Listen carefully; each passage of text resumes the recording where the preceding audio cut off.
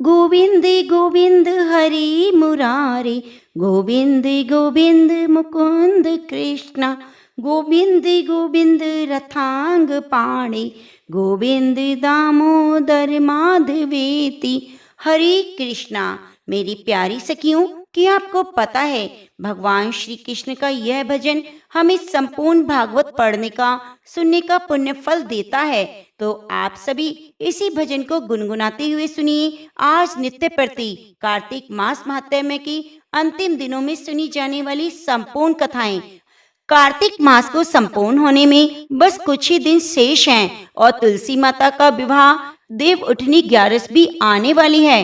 तो आप सभी अपने पुण्य को बढ़ाने के लिए इन अंतिम दिनों में कार्तिक मास के नियमों को पालन कीजिए और कथाओं को सुनकर अपने पुण्य की वृद्धि कीजिए। तो आइए सुनते हैं आज सबसे पहले कार्तिक मास के अंतिम दिनों में सुनी जाने वाली कार्तिक स्नान की बड़ी ही पुण्यदायी कथा, और उसके बाद सुनेंगे अंतिम दिनों का संपूर्ण कार्तिक मास महात्म्य। आप सभी से निवेदन है, कृपया आप इस महात्म्य की कथा को पूरा जरूर सुनिएगा।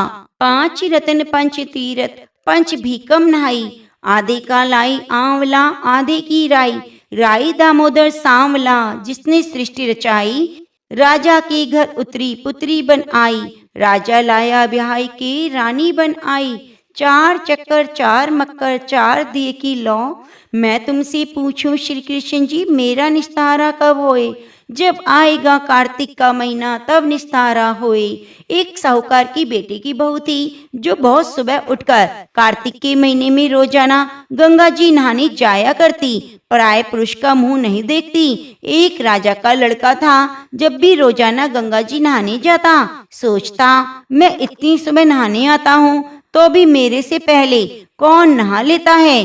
5 दिन कार्तिक के रह गए। उस दिन साहूकार के बहू को नहाकर जा रही थी। राजा का बेटा आ रहा था। खुड़का सुनकर वह जल्दी जल्दी जाने लगी।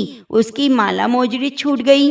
राजा आया। उसने सोचा, जब माला मोजड़ी इतनी सुंदर है तो पहनने वाली कितनी सुंदर होगी। सारी नगरी में राजा ने ढिंडोरा पिटवा दिया कि जिसकी माला मोचड़ी है वह मेरे पास 5 दिन आएगी, तब मैं माला मोचड़ी दूंगा। साहूकार की बेटे की बहू ने कहलवा दिया, मैं 5 दिन आऊंगी, पर किसी को साख भरने के लिए बिठा दियो। राजा ने गंगा जी पर बिछावन करके एक तोते को पिंजरे में टांग कर रख दिया। वह सुबह आई, पहली पैड़ी पर पैर रखा। वह बोली, हे कार्तिक के ठाकुर जी, राई दामोदर, 5 पांडु, छठो नारायण, भीष्म राजा, उस पापी को नींद आ जाए। मैं सत की हूँ तो मेरा सत रखना। राजा को नींद आ गई। वह नहा धोकर जाने लगी तो तोते से बोली, सुआ सुआ सुपटा गले हार रखियो मेरो बीरा। सुआ बोला, कोई वीरा भी साख भरता है क्या? तो वह बोली, सुआ सुआ सुपटा पग घालूंगी, नेवर साख भरियो मेरा देवर। सुआ ने कहा, अच्छा भाभी, मैं साख भरूंगा। वह तो कहकर चली गई। राजा हड़बड़ाकर उठा, सुआ से पूछा, सुआ सुआ वह आई थी, कैसी थी? सुआ बोला, आभा की सी बिजली, होली की सी झल, केला की सी कामनी, गुलाब का सा रंग। राजा ने सोचा, कल मैं अपनी उंगली में चीरा लगाकर बैठ जाऊंगा तो नींद नहीं आएगी। दूसरे दिन उंगली में चीरा लगाकर बैठ गया। वह आई। उसने वैसे ही प्रार्थना की कि बस उसको नींद आ जाए। उसने कहा, हे कार्तिक के ठाकुर, राई दामोदर, 5 पांडु, छठो नारायण, भीष्म राजा, उस पापी को नींद आ जाए। तो उसको नींद आ गई। नहाकर जाने लगी तो सुआ ने साख भर दी। राजा ने उठते ही फिर सुआ से पूछा। सुआ ने कल के जैसा ही जवाब दिया। उसने सोचा, कल तो मैं आंख में मिर्च डालकर बैठ जाऊंगा। तीसरे दिन आंख में मिर्च डालकर बैठ गया। सारी रात हाय हाय करके बिताई। अब वह आई तो साहूकार की बहू ने फिर से प्रार्थना की, हे ठाकुर जी, कार्तिक के राई दामोदर, 5 पांडव, छठो नारायण, भीष्म राजा, उस पापी को नींद आ जाए। तो राजा को नींद आ गई। अब वह जब नहा धोकर जाने लगी तो सुआ से बोली, सुआ सुआ सुपटा पग घालूंगी, नेवर साख भरियो मेरा देवर। और उसने कहा, ठीक है भाभी, मैं साख भर दूंगा। अब राजा ने सोचा, कल तो मैं कांटों की सेज बिछाकर बैठूंगा। चौथे दिन कांटों की सेज बिछाकर बैठा। चौथे दिन उस पर बैठकर हाय हाय करता रहा। पर जब वह आई तो उसको नींद आ गई। वह प्रार्थना करके नहाकर सुबह से साग भराकर चली गई। पांचवें दिन राजा आग जलाकर उसकी राख पर बैठ गया।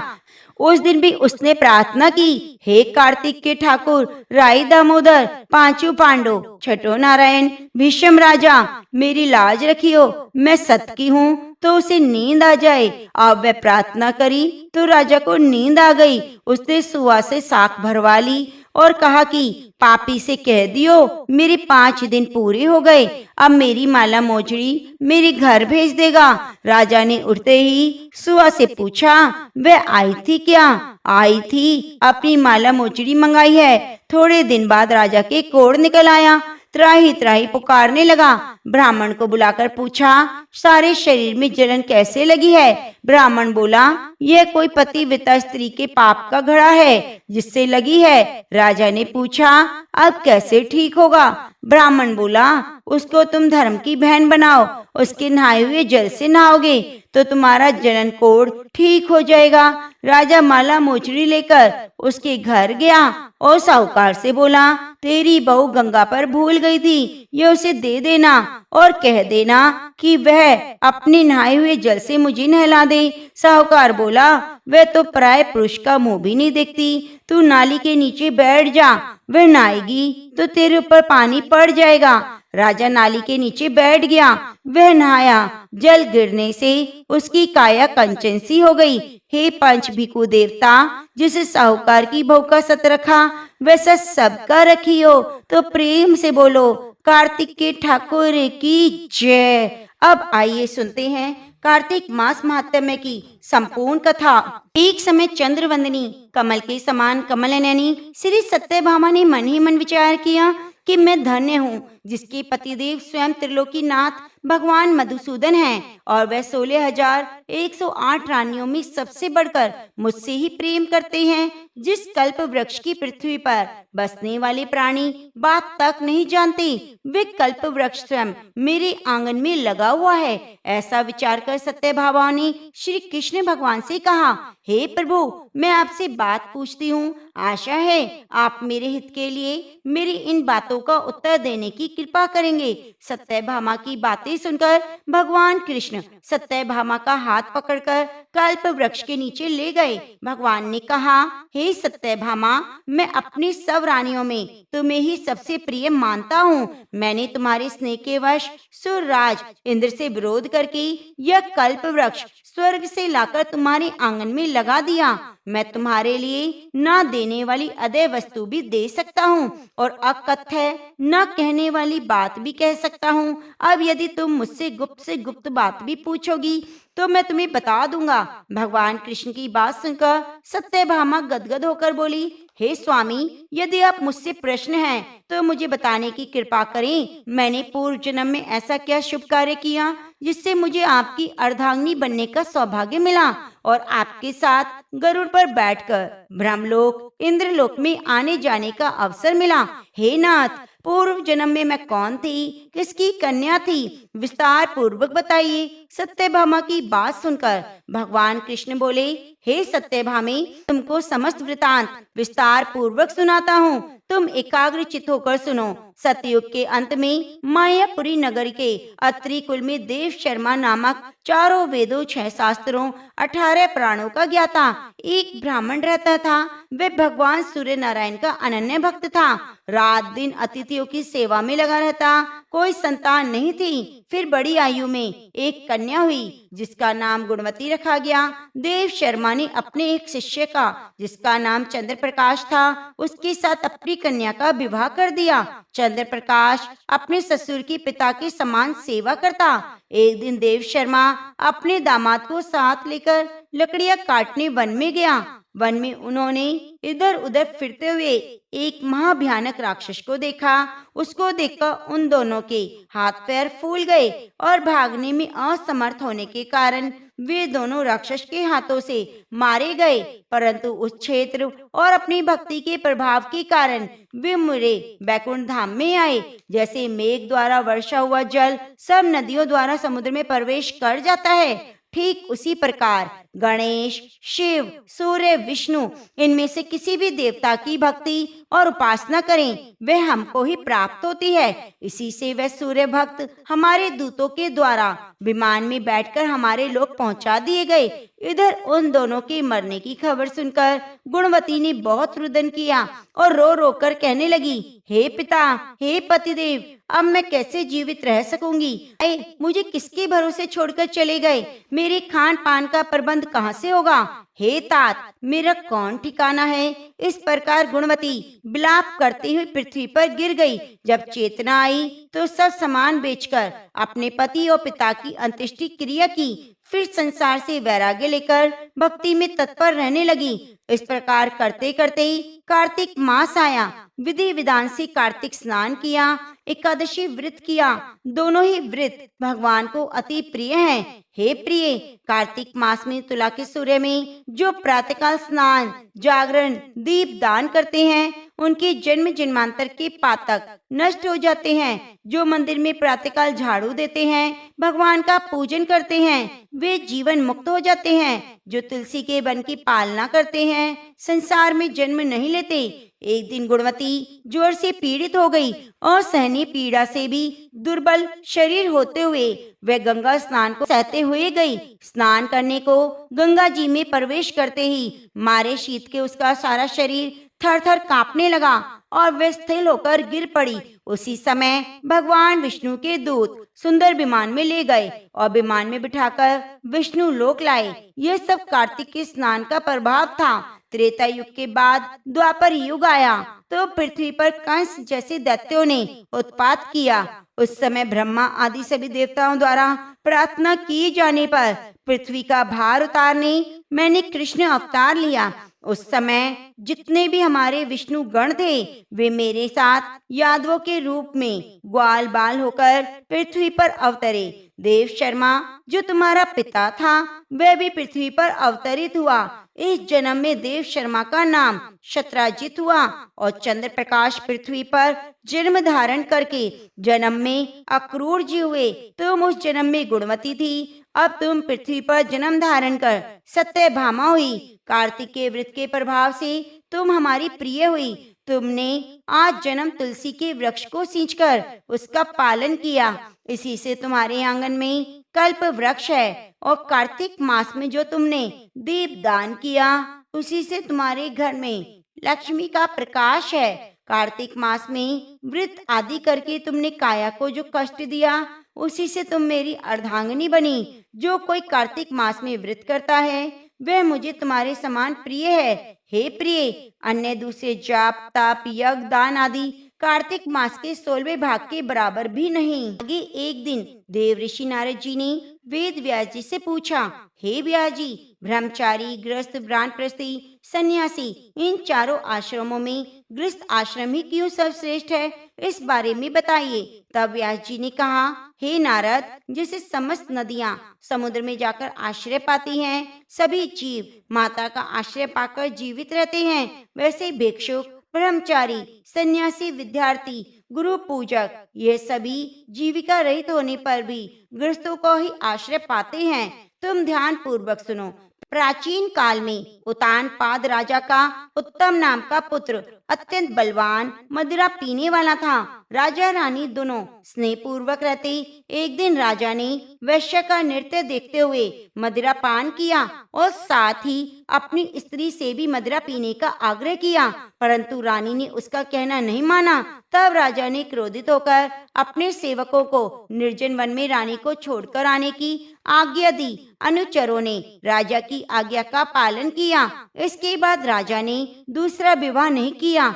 रानी के वियोग को सहन करते हुए राजा प्रजा के पुत्र के समान पालन करने लगा। एक दिन एक ब्राह्मण ने राजा उतानपाद के समीप आकर निवेदन किया, हे राजन, मेरी स्त्री का किसी ने अपहरण कर लिया है। इस कारण मैं अत्यंत दुखी हूँ। आप मेरी पत्नी को तलाश करवाकर मुझे वापस दिलाने की व्यवस्था करें। राजा ने कहा, हे महाराज, मुझे नहीं मालूम कि आपकी स्त्री कौन, किधर और कहाँ ले गया। इस स्थिति में ढूंढकर कैसे ला सकता हूँ। यह सुनकर ब्राह्मण बोला, राजन, छठा भाग कर के रूप में प्राप्त करने के कारण आप प्रजा के रक्षक हैं। मेरी स्त्री अपने घर में सो रही थी, वहां से कोई हरकर ले गया। अतएव आपका कर्तव्य है आप उसे ढूंढ कर लाएं। राजा ने कहा, हे विप्र, मैंने आपकी स्त्री को कभी नहीं देखा और न मैं जानता वे कैसे रंग रूप वाली है। तब मैं कैसे खोज सकता हूँ। ये सुनकर ब्राह्मण बोला, यद्यपि वह कर्कश स्वभाव की, कठोर वचन बोलने वाली, काले रंग की कुरूपा है, तथापि मैं उसकी निंदा नहीं करता, क्योंकि वह मेरी अर्धांगिनी है। यह सुनकर राजा ने कहा, जब तुम्हारी स्त्री ऐसी कुरूपा, क्रूर स्वभाव की है, तब उसे प्राप्त करके क्या करोगे। उसके स्थान पर मैं तुम्हें अत्यंत सुंदर शील स्वभाव की स्त्री दे सकता हूँ। ब्राह्मण ने कहा, हे राजन, मेरी पत्नी मेरे धर्म कर्म की अर्धांगिनी है, अतः उसकी रक्षा करना मेरा परम धर्म है। जो पुरुष अपनी स्त्री की सुरक्षा नहीं करता, उसके वर्ण शंकर संतान उत्पन्न होती है और पिता नरकगामी होते हैं। वैश्यगामी पुरुष का कल्याण कभी नहीं हो सकता। जो मनुष्य ऋतु काल के बाद अपनी स्त्री से सहवास नहीं करता, उसके पितर 1 मास तक रुधिर में तैरते हैं। ब्राह्मण के ऐसे वचन सुनकर राजा अपने शस्त्र अस्त्र लेकर रथ पर सवार होकर स्त्री को खोजने चल दिया। कुछ दूर जाकर उसने एक आश्रम देखा, जिसमें एक महान तपस्वी कुशा के आसन पर विराजमान थे। राजा को आश्रम में आया देखकर ऋषि ने उनका कोई आदर सत्कार नहीं किया। ऋषि कहने लगे, मैं जानता हूँ तुम राजा उत्तानपाद के पुत्र हो, मगर यहाँ किस कारण आए हो। राजा ने कहा, हे मुनि, एक ब्राह्मण के घर से कोई इसकी स्त्री को हर कर ले गया है, उसी की खोज में इधर आया हूँ, मगर ना तो मुझे अर्घ दिया और ना ही मेरा सत्कार किया। इसका क्या कारण है। ऋषि ने उत्तर दिया, हे राजन, तुम अर्घ देने योग्य नहीं, इस समय उसके पात्र नहीं, क्योंकि तुमने निरपराध स्त्री को वन में त्याग दिया। जहाँ स्त्री का यह धर्म है कि वह तन मन से पति की सेवा करे, आज्ञाकारी रहे, वही पति का भी धर्म है कि वह अपनी पत्नी का यथोचित सम्मान करे। जिस घर में स्त्रियों का मान होता है, वहाँ देवताओं का वास होता है। इसके विपरीत जहाँ स्त्रियों का निरादर होता है, वहाँ सुख शांति कभी नहीं रहती। इतना सुनकर राजा अत्यंत लज्जित होकर पूछने लगा, भगवान, आप भूत, भविष्य, वर्तमान तीनों कालों को जानने वाले हैं, अतः कृपया करके बताइए कि ब्राह्मण की स्त्री को हरकर कौन, क्यों और कहाँ ले गया। तब ऋषि ने ध्यान धरकर कहा, राजन, अदिति का पुत्र ब्लाक नामक राक्षस ब्राह्मणी को हरकर वन में ले गया है। तुम उसको ढूंढकर ब्राह्मण का संयोग कराओ। यह सुनकर राजा मुनि को प्रणाम करके अपनी रथ पर सवार होकर उस वन में पहुंचा। वहां जाकर राजा ने देखा, एक स्त्री बिल्व फल खा रही है। ब्राह्मण ने जैसा बताया वैसा ही रंग रूप देखकर राजा ने पहचान लिया और कहा, हे कल्याणी, तुम कौन हो, वन में क्या कर रही हो। तब ब्राह्मणी बोली, मैं अति रात्र की पुत्री ब्लाश पुत्र की स्त्री हूँ। मैं अपने घर में सो रही थी, ब्लाक नामक राक्षस अपहरण करके मुझे ले गया। यहाँ लाने के बाद उसने न तो मुझे किसी प्रकार का कष्ट दिया और न ही मेरा सत्यत्व नष्ट किया। इतना होने पर भी अपने पति के वियोग के कारण मैं अत्यंत दुखी हो गई हूँ। राजा ने पूछा, हे ब्राह्मणी, वह राक्षस कहाँ गया। तब ब्राह्मणी ने बताया कि इस वन में अमुक स्थान पर गया है। जब राजा ब्राह्मणी द्वारा बताए गए स्थान पर पहुंचा, राक्षस देखते ही राजा के चरणों में गिरकर बोला, राजन, मेरे लिए क्या आज्ञा है। तब राजा ने कहा, अरे निशाचर, तू ब्राह्मणी को हरकर क्यों लाया। यदि तू इसके साथ विवाह करना चाहता है तो ये अत्यंत कुरूपा है, और यदि तेरी खाने की इच्छा है तो कह। राक्षस कहने लगा, राजन, मेरे घर में अनेक रूपवती अप्सराएं हैं। मैंने कभी किसी स्त्री से भोग की इच्छा नहीं की, न मैं मांस भक्षण करता। मैं तो पूर्व जन्म के पापों का प्रायश्चित कर रहा हूँ। ब्राह्मणी का पति राक्षसों को मारने का मंत्र जानता था। जब हम यज्ञ का अन्न अन्न ग्रहण करने के लिए जाते हैं तो वह हमको भगा देता है, क्योंकि यज्ञों का आचार्य वही बनता है। इसी कारण उस ब्राह्मण को दुखी करने के लिए मैं उसकी स्त्री को हर लाया। शास्त्रों के नियम अनुसार स्त्री के बिना पुरुष को धार्मिक कर्म करने का अधिकार नहीं है। राक्षस के वचन सुनकर राजा ने विचार किया, यह भी परोक्ष रूप से मेरी निंदा कर रहा है। मुनि ने भी स्त्री का त्याग करने के कारण मुझे अर्घ नहीं दिया। तभी राजा का विचार मग्न देखकर राक्षस कहने लगा, हे राजन, मैं आपकी प्रत्येक आज्ञा का पालन करूंगा, आप आज्ञा दीजिए। इतना कहकर वह हाथ जोड़कर खड़ा हो गया। राजा ने कहा, हे निशाचर, तुम इस ब्राह्मणी को इसके घर पहुंचा दो। इसके बाद जब भी मैं याद करूं मेरे पास आ जाना। इतना सुनते ही वह राक्षस ब्राह्मणी को लेकर उसके घर छोड़ने चला गया। इसके बाद राजा विचारने लगा, मैंने अपनी निर्दोष पत्नी को घर से निकाला, अतएव अब मैं कौन सा सब पुण्य कर्म करूं जिससे पाप से निवृत्ति हो। तब राजा ने पुनः उन्हीं मुनि के पास जाकर से उपाय पूछा।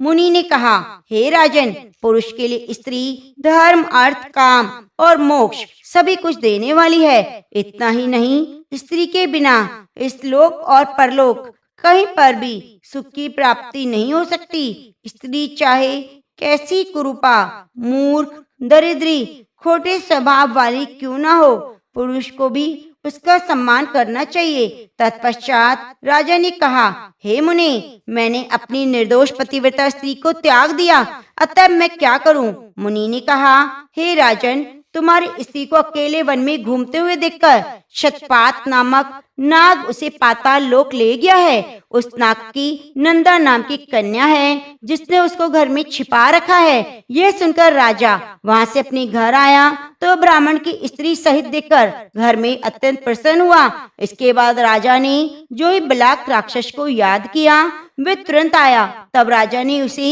पाताल लोक से अपनी स्त्री लाने का आदेश दिया। आज्ञा मिलते ही बलाक पाताल लोक गया और वहां से राजा की स्त्री को लाकर उसे सौंप दिया। तदंतर राजा और रानी स्नेह पूर्वक रहने लगे। नारद जी ने अंत में कहा, हे राजा पृथु, ये गृहस्थ आश्रम महात्म्य हमने तुमको विस्तार पूर्वक सुनाया। अब क्या सुनना चाहते हो सो कहो। कथाएं सुनने के बाद महाराजा पृथु ने नारद जी से प्रार्थना की, हे देवऋषि, आपने कार्तिक महात्म्य की संपूर्ण गृहस्थ धर्म के बारे में बताया, अब मुझे आप तुलसी की महिमा भी बताइए। नारद जी बोले, हे राजा पृथु, प्राचीन काल में सिंहाद्री क्षेत्र के करवरीपुर में अत्यंत ज्ञानी धर्मात्मा ओम नमो भगवते वासुदेवाय मंत्र का जप करने वाला धर्मदत्त नामक ब्राह्मण रहता था। वह अतिथियों का सत्कार खूब करता। एक दिन प्रातः काल एक प्रहर रात्रि शेष रहने पर वह ब्राह्मण पूजा की सामग्री लेकर मंदिर को जा रहा था। उसने रास्ते में सामने आती हुई एक भयंकर राक्षसी को देखा। आगे को निकले हुए टेढ़े मेढ़े और बड़े विशाल दांत, लाल नेत्र, नग्न, लकड़ी के समान सूखा शरीर, मुख से घुरघुर की शब्द निकल रहा था। ऐसी भयंकर राक्षसी को देखकर भयभीत धर्मदत्त ने अपने हाथ का तुलसी मिश्रित जल उस पर फेंक दिया। जल में मिश्रित तुलसी दल शरीर पर पड़ते ही उस राक्षसी के सभी पाप दूर हो गए और वह हाथ जोड़कर धर्मदत्त के पैरों में गिर पड़ी। धर्मदत्त ने पूछा, तू कौन, किस पाप के कारण दशा को प्राप्त हुई? अपने पापों से मुक्त हो चुकी वे राक्षसी कहने लगी, सौराष्ट्र देश में भिक्षु नामक ब्राह्मण की मैं पत्नी थी। मेरा नाम कलह था। मैंने ना तो कभी अपने पति से मीठे वचन बोले और ना ही अच्छा भोजन फल खाने को दिया। इस व्यवहार से दुखी होकर जब मेरे पति ने दूसरा विवाह करने का निश्चय किया तो क्रोध में आकर मैंने विष खाकर अपना शरीर त्याग दिया। इसके बाद यमदूत मुझे बांधकर यमराज के पास ले गए। वहाँ चित्रगुप्त जी ने अच्छे बुरे कर्मों का लेखा जोखा करते हुए यमराज से कहा, हे महाराज, इसने अपने जीवन में कोई शुभ कार्य नहीं किया, सदैव अपने पति से द्वेष करती। यह सुनकर यमराज ने आज्ञा दी, क्योंकि जिस बर्तन में ये पकाती थी उसी में खाती। इसने पहले अपनी संतानों को खाने की बिल्ली के योनि में भेज दिया। उसके बाद पति से द्वेष करने के कारण इसको विष्ठा खाने वाली शूकरी की योनि प्राप्त हुई। क्योंकि इसमें आत्महत्या की इसलिए प्रेत योनि में आई। सो महाराज, मैं 500 वर्ष से इसी योनि में फिर रही हूँ। भूख और प्यास से दुखी होकर एक वैश्य के शरीर में प्रवेश करके मैं कृष्णा और वाणी नदी के संगम पर गई। जैसे मैं नदी के तट पर पहुंची, विष्णु के दूतों ने मुझे वैश्य के शरीर से निकालकर बाहर फेंक दिया। वहां से घूमती फिरती मैं आ रही हूँ, आप मिल गए। आपने तुलसी मिश्रित जल जो मेरे ऊपर फेंका, मेरे सभी पाप नष्ट हो गए। कृपया करके इस प्रेत योनि से मेरा उद्धार कीजिए। राक्षसी से सारा वृतांत सुनने के बाद ईश्वर भक्त ब्राह्मण धर्मदत्त ने कहा, तुमको देखकर मुझे अत्यंत दुख हुआ। मैं जानता हूँ तीर्थ व्रत दान आदि सत्कर्म प्रेत योनि में नहीं हो सकते। तुम्हारे पाप अधिक, पुण्य कम है, इसलिए मैंने अपने जीवन काल में जितने भी मास कार्तिक माह का स्नान व्रत किया, उसका आधा फल तुमको देता हूँ। इससे तुम्हें उत्तम गति प्राप्त होगी। इसके बाद ब्राह्मण ने जो ही ओम नमो भगवते वासुदेवाय मंत्र पढ़ते हुए तुलसी मिश्रित जल से उसका अभिषेक किया, वह प्रेत योनि से मुक्ति पाकर अग्नि के समान दिव्य देह धारण कर लक्ष्मी के समान रूपवती हो गई। उसके बाद उसने ब्राह्मण को नमस्कार किया। तभी भगवान विष्णु के पुण्यशील सुशील नामक 2 दूत वहां आए और विमान में बिठाकर बैकुंठ ले गए। उन दूतों ने धर्मदत्त से कहा, हे ब्राह्मण, निरंतर भगवान की भक्ति में लगे रहने के कारण तुम धन्य हो। तुम्हारे द्वारा कार्तिक मास के स्नान व्रतों का आधा पुण्य दिए जाने के कारण ही इसकी मुक्ति हुई है। हे विप्र, अपने इस त्याग, भक्ति और कार्तिक स्नान के प्रताप से कालांतर में तुम राजा के कुल में जन्म लोगे और अंत में बैकुंठ धाम को प्राप्त होगे। राजा पृथु ने हाथ जोड़कर देवऋषि नारद से कहा, हे महाराज, अब भगवान की पूजा का महात्म्य भी सुनाने की कृपा कीजिए। राजा पृथु ने हाथ जोड़कर देवऋषि नारद से कहा, हे महाराज, अब भगवान की पूजा का महात्म्य सुनाने की कृपा करें। तब नारद जी बोले, हे राजा पृथु, जो हंसी में भी भजन कर लेता है उसको परम पद प्राप्त होता है। जो श्रद्धा युक्त होकर भजन करता है उसके महात्म्य का तो वर्णन नहीं किया जा सकता। इस संबंध में मैं एक अति प्राचीन इतिहास सुनाता हूँ। नारद जी ने कहा, कलिंद पर्वत पर दीर्घपुर नामक नगर में सुबाहु नामक एक अत्यंत धर्मात्मा राजा राज्य करता था। वह प्रजा का पुत्र के समान पालन करता। उसके धूम्रकेश नाम का एक पुत्र था जो अत्यंत दुराचारी पर स्त्रीगामी, चोरी और ज्वारी था।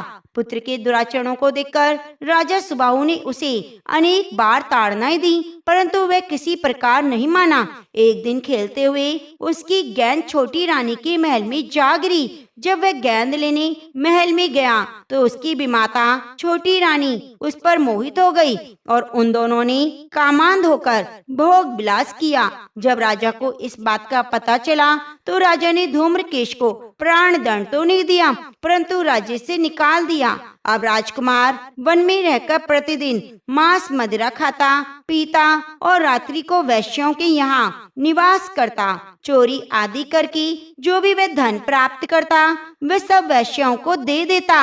इस प्रकार अनेक वर्ष व्यतीत हो गए। एक समय वे भटकते भटकते वृंदावन में पहुंच गया। वृंदावन में धूम्रकेश ने सत्यव्रत नामक एक परम विष्णु भक्त को देखा जो अपना घर बार छोड़कर कार्तिक मास में वृंदावन में रहकर भगवान का पूजन करता और केवल कंद मूल फल खाता। वह भक्त प्रतिदिन भगवान से प्रार्थना करता, हे भगवान, इस दुख रूपी संसार में डूब रहे मुझ दीन पर आप कृपा करें। मैं राधा जी सहित आपको बारंबार नमस्कार करता हूँ। प्रेम मग्न होकर वह कभी कभी रोने, कभी गाने और कभी नाचने लगता। धूम्रकेश ने उस भक्त की सब क्रियाएं देखी तो रात्रि को वैश्य के घर आकर मिट्टी की मूर्ति बनाकर वैसे सब कृत्य किए और अंत में स्तुति आदि करके वैश्य के घर में ही सो गया। देवयोग से राजा के दूत भी उसी समय वहां आ गए और उनके हाथ से धूम्रकेश मारा गया। यमदूत उसको महापापी समझकर मारते हुए पकड़कर यमराज के पास ले गए। धूम्रकेश को देखते ही यमराज अपने सिंहासन से खड़े हो गए और पाग अर्घ आदि देकर उसका सत्कार किया। फिर अपने दूतों को फटकारते हुए कहा, तुमको धिक्कार है। जब हमने यह आज्ञा दी हुई है कि विष्णु भक्तों को यहाँ मत लाओ, फिर धूम्रकेश को यहाँ क्यों लाए हो? उसने कार्तिक मास का व्रत उसने कार्तिक मास का व्रत वृंदावन धाम में चाहे हास्य में ही किया, फिर भी वह बैकुंठ जाने का अधिकारी है। बैकुंठ में भेजने के पूर्व यमराज ने धूम्रकेतु को अपने निकट बिठाकर कहा, भगवान की भक्ति 9 प्रकार की है। उनकी कथा सुनने से राजा परीक्षित, कीर्तन से सुखदेव, स्मरण से प्रहलाद, पाद सेवा से लक्ष्मी, पूजा से पृथु और वंदना से अक्रूर जी, दास्य भाव से अर्जुन, आत्म निवेदन से राजा बलि जिस प्रकार परम पद को प्राप्त हुए, उसी प्रकार चाहे हास्य से ही तुमने भगवान की पूजा की, मगर फिर भी तुम स्वर्ग के अधिकारी हो। यद्यपि अपने जीवन में किए गए पाप और दुष्कर्मों के कारण तुम घोर नरक में अधिकारी थे, परंतु क्योंकि तुमने कार्तिक मास में भगवान की पूजा की, अब निश्चय ही बैकुंठ प्राप्त होगा। कार्तिक मास में की गई पूजा कभी निरर्थक नहीं जाती। जहाँ भगवान शालिग्राम है, वहाँ पर गंडकी नदी, अन्य तीर्थ हैं। धूम्रकेश के शास्त्रों का कुछ भी ज्ञान नहीं था, अतः उसने हाथ जोड़कर यमराज से पूछा, हे स्वामी, भगवान सब नदियों को छोड़कर गंडकी को कैसे प्राप्त हुए, कृपया बताइए। यमराज ने कहा, किसी समय वेदशिरा नामक ऋषि सब लोगों के हित की कामना से गंगा जी के तट पर तपस्या कर रहे थे। उसके घोर तप से भयभीत होकर इंद्र ने ऋषि की तपस्या भंग करने के लिए मंजू घोषा नाम की अप्सरा को भेजा। मंजू घोषा उस रमणीक स्थान में क्रीड़ा करती हुई अपने रूप और यौवन का प्रदर्शन करके हाव भाव दिखाने लगी। फिर उसी स्थिति में उसने मुनि के चरणों का स्पर्श किया तो रोमांच खड़े हो गए। उसके बाद मुनि को अपने वशीभूत जान मंजू घोषा ने दोनों भुजाएं उनके गले में डाल दी। तब क्रोधित होकर मुनि ने श्राप दिया, तुम मुझे इस संसार सागर में डालने को उद्यत हुई हो, इसलिए नदी बन जाओ। मुनि का श्राप सुनकर मंजू घोषा रोने बिलखने लगी। उसने प्रार्थना करते हुए मुनि से कहा, हे मुने, मैं श्राप के योग्य नहीं, आप मुझे क्षमा करें। उनकी प्रार्थना से द्रवित होकर मुनि ने कहा, जिस समय भगवान विष्णु वृंदा के श्रापवश शिला रूप होकर तुम में स्थित होंगे, तब तुम भगवान को धारण करने वाली होगी। इस प्रकार मेरे द्वारा दिया गया यह श्राप तुम्हारे लिए वरदान से भी अधिक श्रेष्ठ सिद्ध होगा। अंत में यमराज ने कहा, हे राजकुमार, अब तुम विष्णु लोक को जाओ। तब धूम्रकेश सुंदर विमान में बैठकर बैकुंठ लोक को चला गया। वहाँ हरिचरणों में स्थान मिला। यह सब धूम्रकेश द्वारा कार्तिक मास में मात्र एक दिन की पूजा का परिणाम था। यह कहकर नारद जी ने अपनी वाणी को विराम दिया तो तुरंत ही महाराजा पृथु ने नारद जी से निवेदन किया, हे देवऋषि, आप तो सर्वज्ञाता हैं और मैं अज्ञानी। देवऋषि, अब आप मुझे भक्त वत्सल भगवान की पूजा का विधि विधान बताने की कृपा करें। तब नारद जी बोले, हे राजन, एक पुरातन इतिहास कहता हूँ। अत्यंत प्राचीन समय की बात है। कांतिपुर में चोल नामक एक राजा राज्य करता था। उसके राज्य में समस्त प्रजा सुखी थी, कोई भी दरिद्र, पीड़ित और दुखी नहीं था। राजा के नाम पर उस देश का नाम चोल देश रखा गया। एक बार वह राजा मूल्यवान मणि मुक्ताओं द्वारा भगवान की पूजा करके वही मंदिर में बैठा हुआ था। उसी समय विष्णु शर्मा नामक एक ब्राह्मण ने आकर तुलसी दल और जल से भगवान की पूजा की। उसके तुलसी पत्रों से राजा की पूजा के मणिमुक्ता आदि ढक गए। यह देखकर राजा ने क्रोधित होकर ब्राह्मण से कहा, हे विष्णु शर्मा, तुमको पूजा का कुछ भी ध्यान नहीं। मणिमुक्ताओं से की गई मेरी पूजा की शोभा को तुमने तुलसी पत्रों से ढक दिया। राजा के अहंकार में भरे कटुर वचन सुनकर विष्णु शर्मा ने कहा, हे राजन, अभिमान के वशीभूत होने के कारण तुम भगवान की पूजा के बारे में नहीं जानते। ब्राह्मण की यह वचन सुनकर राजा ने कहा, हे ब्राह्मण, तुम दरिद्री हो, इस कारण भगवान की पूजा क्या जानो। क्या तुमने कभी भगवान का कोई मंदिर बनवाया है या कोई यज्ञ आदि किया है? अगर यही बात है तो मैं देखता हूँ भगवान की भक्ति करने पहले तुम स्वर्ग में जाते हो या मैं जाता हूँ। इतना कहकर राजा ने गुंगल ऋषि को आचार्य बनाकर बड़े बड़े यज्ञ आरंभ कर दिए और साथ ही ब्राह्मणों को बहुत सा द्रव्य देकर दान दिया। परंतु विष्णु शर्मा सर्वदा की भांति माघ और कार्तिक मास के व्रत, तुलसी वन का रोपण, एकादशियों का व्रत और ओम नमो भगवते वासुदेवाय मंत्र का जाप करते हुए भगवान की पूजा करता। वह उठते बैठते चलते फिरते हर समय भगवान का स्मरण और कीर्तन करता रहता। कार्तिक मास में एक दिन विष्णु शर्मा ने जो ही रसोई तैयार कर रखी थी, कोई भोजन उठाकर ले गया। इसके बाद उसने व्रत भंग होने के भय से पुनः रसोई नहीं बनाई और भगवान का भजन करते हुए सो गया। दूसरे दिन फिर रसोई बनाई। जो ही भगवान का भोग लगाने लगा, कोई फिर भोजन उठाकर ले गया। लगातार 7 दिन तक ऐसा होता रहा। इस प्रकार विष्णु शर्मा को निराहार 7 दिन बीत गए। विष्णु शर्मा भूख के मारे अत्यंत व्याकुल हो रहा था, परंतु सत्संग का समय भंग न हो जाए, इस भय से उसने किसी भी दूसरी बार रसोई नहीं तैयार की। 8वें दिन जब उसने निश्चय किया, आज मैं पूरी तरह ध्यान रखूंगा और देखूंगा भोजन को उठाकर कौन ले जाता है। इसके बाद उसने भोजन तैयार किया और एक स्थान पर छिपकर बैठ गया। थोड़ी देर में उसने देखा अति दीनहीन दुर्बल चांडाल, जिसके शरीर में केवल अस्थियां मात्र शेष थी, छिपकर आया और भोजन उठाकर ले गया। उसे देखकर विष्णु शर्मा का हृदय द्रवित हो उठा। विष्णु शर्मा ने उस चांडाल से कहा, भैया रूखा सूखा भोजन मत ले जाओ, मेरे पास थोड़ा घी है, वह भी लेते जाओ। ब्राह्मण के वचन सुनकर भयभीत हुआ वह चांडाल भागता हुआ ठोकर खाकर गिर गया। तभी विष्णु शर्मा भी उसके समीप पहुंच गया और एक वस्त्र से उस पर हवा करने लगा। थोड़ी देर बाद उस ब्राह्मण ने देखा उस चांडाल की जगह शंख चक्र गदा पद्म वनमाला धारण भगवान विष्णु स्वयं वहां लेटे हुए हैं। उसी समय विष्णु शर्मा ने भगवान के चरणों में गिरकर नमस्कार किया। तभी रुद्र आदि देवता भी वहां आ गए। ऋषि मुनि वेद मंत्रों से उनका पूजन करने लगे। तब विष्णु भगवान ने अत्यंत स्नेह पूर्वक विष्णु शर्मा का आलिंगन करके उसको अपने साथ विमान में बिठा लिया और अपने साथ बैकुंठ ले गए। चोल राजा भी यह दृश्य देख रहा था। भगवान की विष्णु शर्मा पर यह कृपा देखकर राजा अत्यंत दुखी हुआ।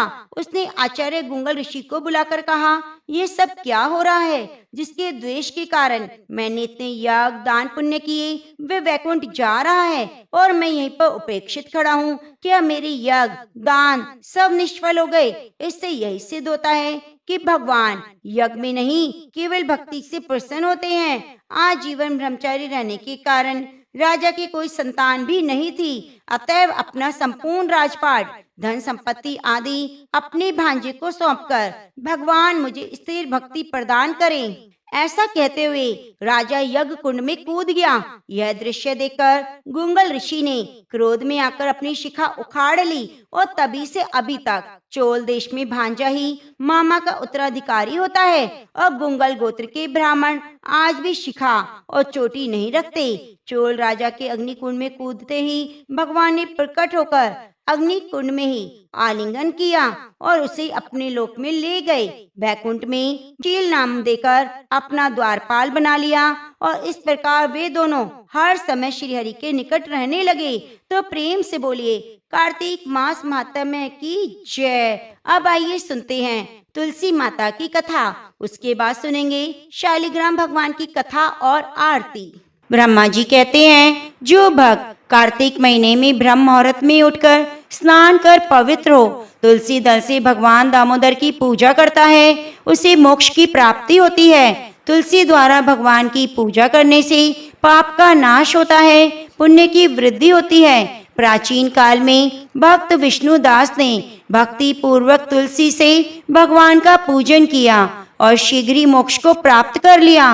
राजा चोल उनकी तुलना में गौण हो गए। अपने द्वारा लगाई गई तुलसी जितने अपने मूल का विस्तार करती है, मनुष्य उतने ही सहस्त्र युगों तक ब्रह्मलोक में निवास करता है। तुलसी मिले पानी से स्नान करने से मनुष्य पापों से मुक्त हो जाता है और आनंद की प्राप्ति होती है। कहा जाता है कि जिसके घर में तुलसी का पौधा होता है, उसके घर में यमराज के दूत प्रवेश नहीं करते। जिसके कान में, मुख में, मस्तक पर तुलसी का पत्ता दिखाई देता है, यमराज उसके ऊपर दृष्टि नहीं डालते।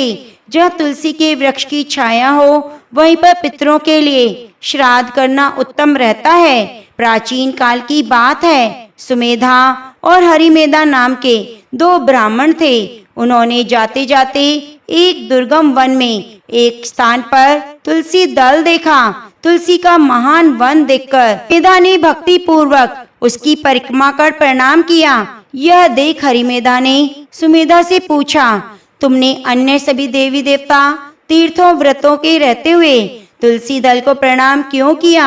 तब सुमेधा ने कहा, जब दुर्वासा के शाप के कारण इंद्र का ऐश्वर्य छिन गया, देवताओं और असुरों ने मिलकर समुद्र मंथन किया। समुद्र मंथन से धन्वंतरी रूप भगवान श्री हरि और दिव्य औषधियां प्रकट हुई। इन्हीं दिव्य औषधियों में से एक मंडलाकार तुलसी उत्पन्न हुई। तुलसी जी को ब्रह्मा आदि देवताओं ने श्री हरि को समर्पित किया और भगवान श्री हरि ने उसे ग्रहण किया। इसलिए तुलसी भगवान हरि की प्रियतमा है और हरि संसार के पालनहार और रक्षक हैं। इसलिए मैंने उन्हें प्रणाम किया। सुमेधा हरिमेधा को तुलसी दल की महिमा बता ही रहे थे कि उन दोनों के सामने एक बरगद का वृक्ष गिर पड़ा। उसमें 2 दिव्य पुरुष प्रकट हुए। उन दिव्य पुरुषों ने सुमेधा और हरिमेधा को प्रणाम किया। तब सुमेधा और हरिमेधा ने उनसे पूछा, आप कौन हैं? तब उनमें से बड़ा, जिसका नाम आस्तिक था, बोला, एक दिन मैं नंदन वन में पर्वत पर क्रीड़ा करने गया। वह देवांगनाओं ने अपनी इच्छा अनुसार मेरे साथ विहार किया। विहार करते हुए उन देवांगनाओं के हार के मोती टूटकर तपस्या करते हुए लोमश ऋषि पर गिर पड़े। उनकी तपस्या भंग हो गई। ऋषि को क्रोध आ गया।